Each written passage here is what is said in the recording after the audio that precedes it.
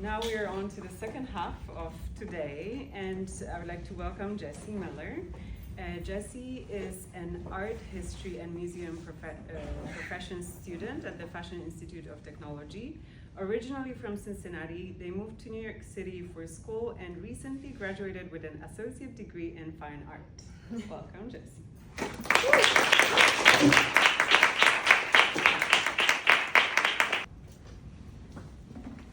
Okay, so I have some zines that I'm going to hand out about halfway through the presentation, just because I don't want anything to be spoiled. But as Klaudia said, my name is Jessie Miller, and for this project, I interviewed the artist Melanie Crean, and I focused on imagination. My proposal focused on ideas of imagination in context of how, as a culture and as a society, we are really encouraged to imagine beyond what we already know. Coming to college, I kind of thought that I would come into a space with new ideas and everyone would be thinking in new ways and pushing new ideas to the table, but I spent the first few semesters having very challenging conversations with people that I felt could not imagine past a future without, what is already here. So coming into the fellowship, I really wanted to work with an artist that really wanted to work with students and wanted to work with communities on imagination and how to imagine further. So how can we imagine better worlds was my entire idea. And I found that in Melanie Crean, who is an artist and a filmmaker, very community engaged. A lot of her projects, she talks about stumbling across them, building her relationships with these artists and community members. But what really excited me and what made me the most comfortable to work with her is that she's a professor. I love my professors. I think that being a professor is a really incredible way to become involved in a community in a professional sense. And it also made our conversation feel a little bit more regular to me, which was also very exciting. On top of her work being very, involved in a future and involved in a future that, we imagine as communities and we can, work towards in microcosms and in, groups. But I'm getting ahead of myself. So I kind of wanted to do a bit of an overview of some of her pieces of work. So this is one of her projects, Ellipses, that was one of my favorites in her archive.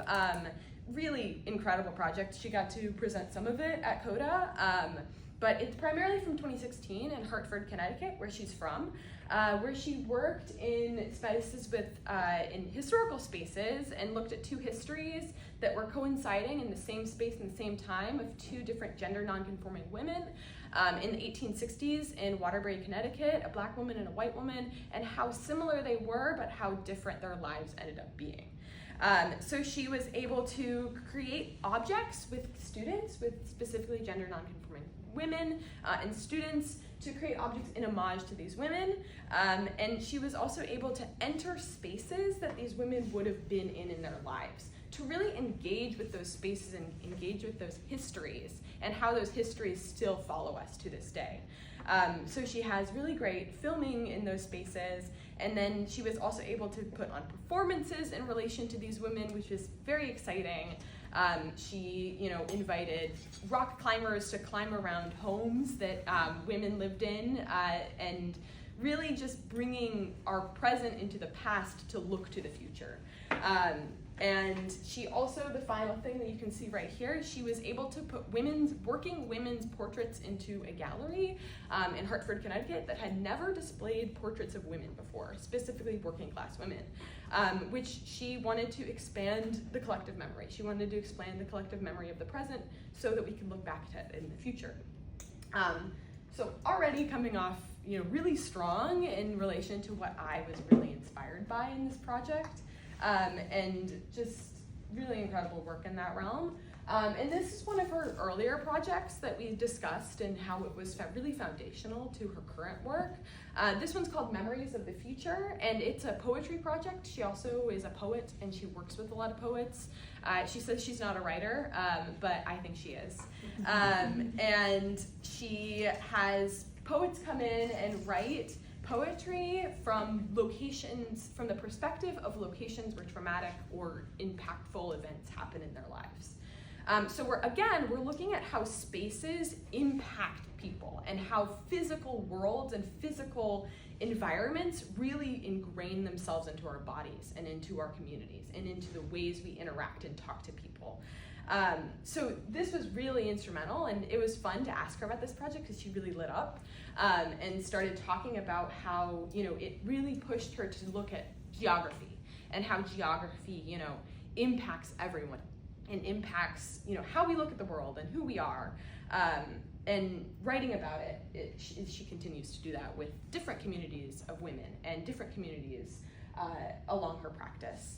Her involvement in this project was the filming.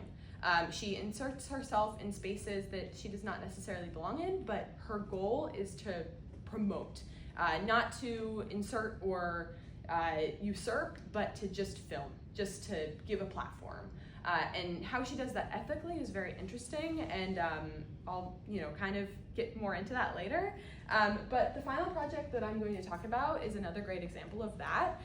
It's called Memories of it's No Place Such as America, and this was kind of a offshoot of another project that she had done, the Ellipses project. But this is a project with a group in Waterbury, Connecticut, where it's called Ebony Horsewomen, and they have teenagers and young adults work with horses in a very urban environment. So already you kind of have a very intense contrast, to where people are growing up, and then they get a really beautiful opportunity to work with horses and to work with, the natural world and the natural environment in a more concrete sense. So she did this project in response to police violence in Waterbury, describing it as utopian at best. She invited, because Ebony Horsewomen had previous involvement with police and community officers in Waterbury, she invited the police in to do equine therapy and really talked about how she created a utopian framework, how it's not an overall, it's not a fix. But how it was really impactful to see and have relationships be built between teenagers, horses, and, police, and how, we all have to live together, but making that a process where we all understand it a little bit more can really build towards a better future and build toward a future with more understanding and more, imagination of what happens from here. What happens when these systems are obviously showing cracks.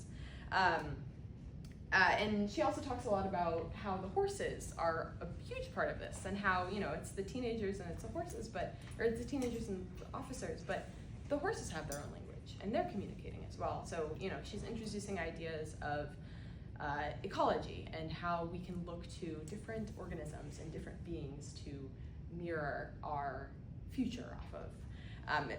If humanness has failed us, what can we look to? So in my interview with her, I really had looked at all of her projects, and so I was kind of wanting to tackle a few different ideas and how they relate to future. So the first one was gender. Obviously, Ellipses is a great example of how gender is really ingrained in her practice, but also history. She's really interested in how history impacts the future and how we can rewrite history right now, because this is history. And then I have geography, which was one of her favorite things to talk about. I think that's what she's really interested in right now, and what was really cool to kind of hear her speak about. And then obviously her past projects and how they all kind of envelop into each other, and her future ideas and projects create an imagination. And how do all of these things converge and to create an imagination? How do we imagine in this present? How do we imagine in a present with gender, a present with history, and a present with geography, a gender, or a present with race? And how do we really converge and play with these ideas to create a better future? So I'm just going to summarize the interview right now. Some of my most exciting parts of the interview. She talks a lot about collective imagining. So inviting people to imagine things together, you're going to get a lot more from these people than you would from them alone. So asking questions to communities, asking people, what do you think? We don't get asked that, really, about our futures as people. We don't get asked by our community member, by our council members. We don't get asked by the people that are in charge of things. What do you imagine? How do you see this? And we don't get to talk about those things with the people right next to us. And when I realized that, I was like, oh, I guess we do. We need more of that. We need more people asking what we imagine. So that was really exciting to hear her talk about. And then holding on to community and holding on to those spaces where we can imagine in groups.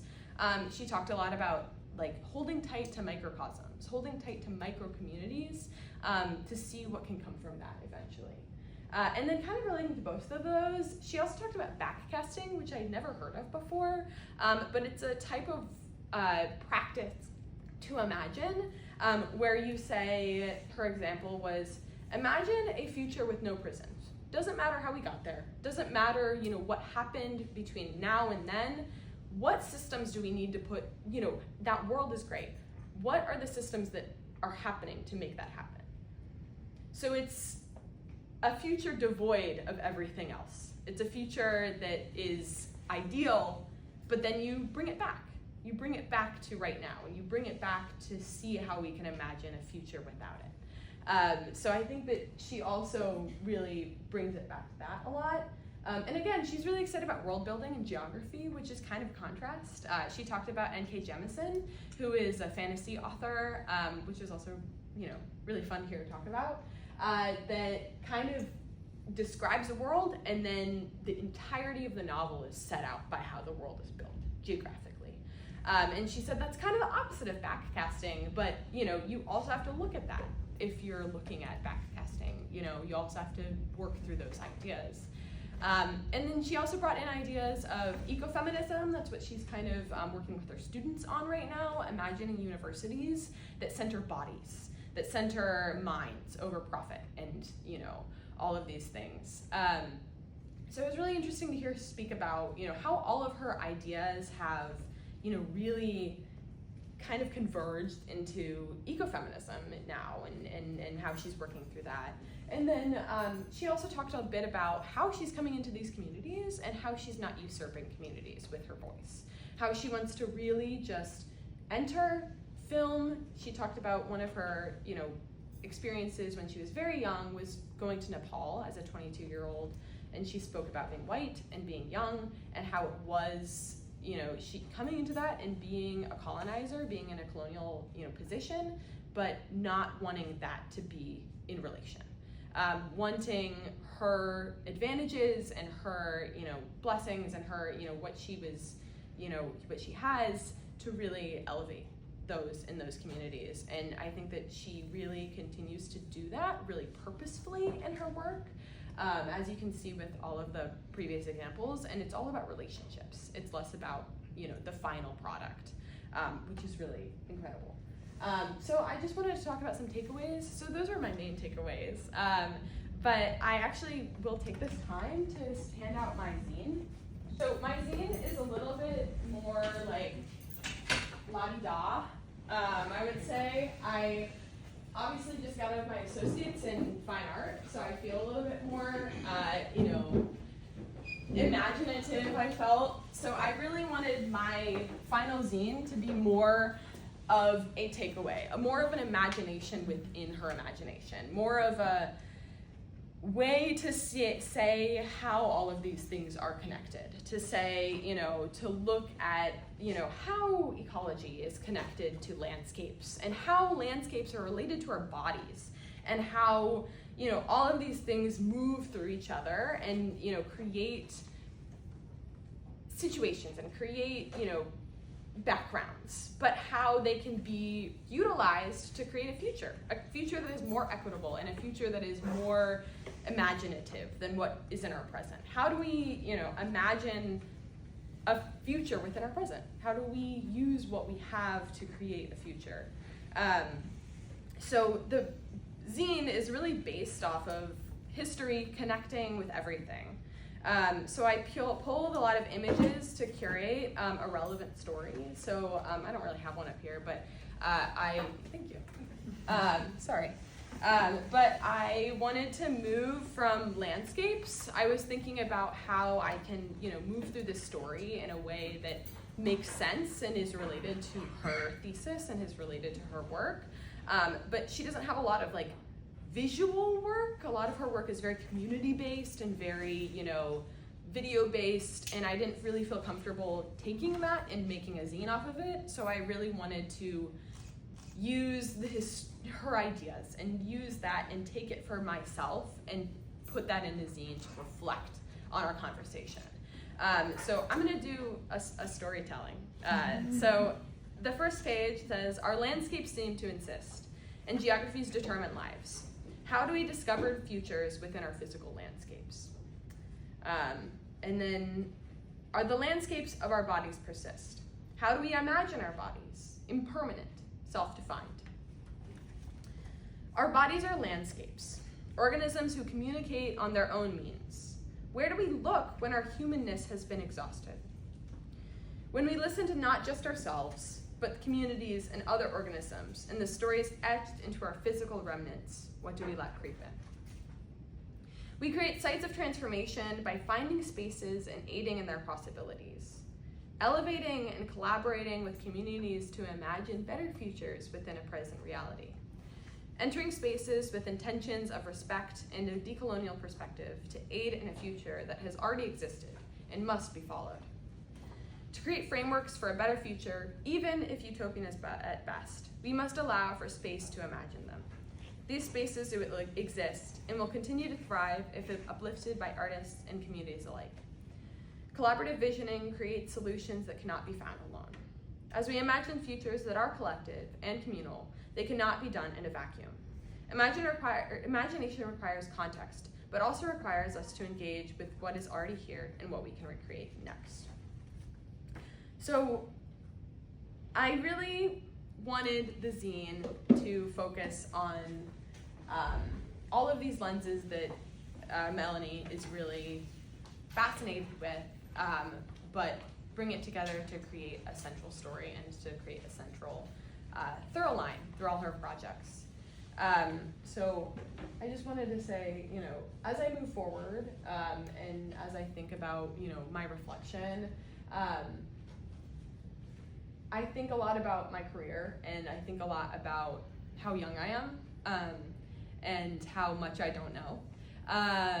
And, how do we utilize, how do we as young people utilize frameworks of imagination?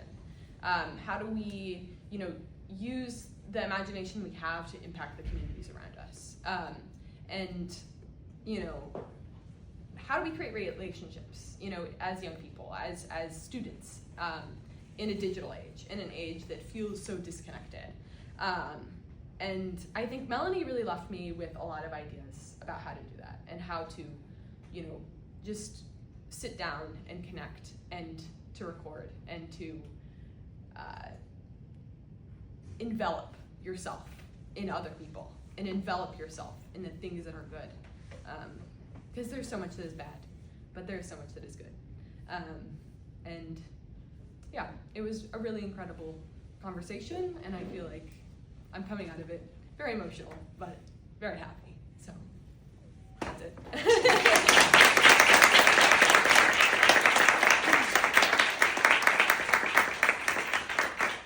I knew I was gonna cry. I have a question. Yeah. So after completing this presentation, this project, have you felt urged to visit maybe some sites of your own past memories and create new ones? Yeah. That's also kind of why I'm crying. Oh. I am not from here. I'm not from New York. So it's been weird to think about past memories and think about, collective imagination outside of a place that I'm 100% familiar or comfortable with. So yes, but it's also, I'm creating those spaces right now. Yeah. I'm living through that. I'm existing. And that's what it is right now, especially being young. Sorry, my mom's here. But yeah. I have a question. When you think about this like utopian future, like what are some of the things you want to see? I think that I have a long list. I think that we all have a long list. I think that, you know, it's very simple to say love. It's very, you know, it's a very simple thing. But I want to see people connected with each other and connected to their land and connected to the things around them that make them, that hold memories and hold, you know, the past, but also hold the future, you know? And I think that that's really what Melanie Crean is interested in. How do we hold on to these spaces, and how do we hold on to our bodies, and how do we hold on to everything that has come and everything that will be. So I don't know if that answers your question, but yeah. And you know, I would say like these entanglements that you're talking about, they're not, in a way, not to frame them as utopian. It's a lifelong work that you embody, that you engage with, and these things, these connections, this way to kind of come together, is kind of part of the lifelong journey. Yeah. So. Thank you. Oh, well, I was just going to say, it's not really a question, but this whole presentation reminds me of, I forget the author's name, but there's a book of short stories called Bin Places, and in one of them, the author writes about how, like, when she was a child, her, like, capacity for imagination was, like, so great, and, like, nothing was absurd, and, like, she would, like, build her own world, and she specifically writes about, like, looking at, like, if you're on an airplane, the overhead compartment, and imagining, like, oh, like, what if there was a bodega in there? It's so ridiculous, but it's, like, so, like, imagine this little community in this little space, like, all of the spaces that are available, you could, like, put a community in, hypothetically, and that is just, like, so, to me, connected to what you've been saying, and you have to remind me to, like, Google the author. I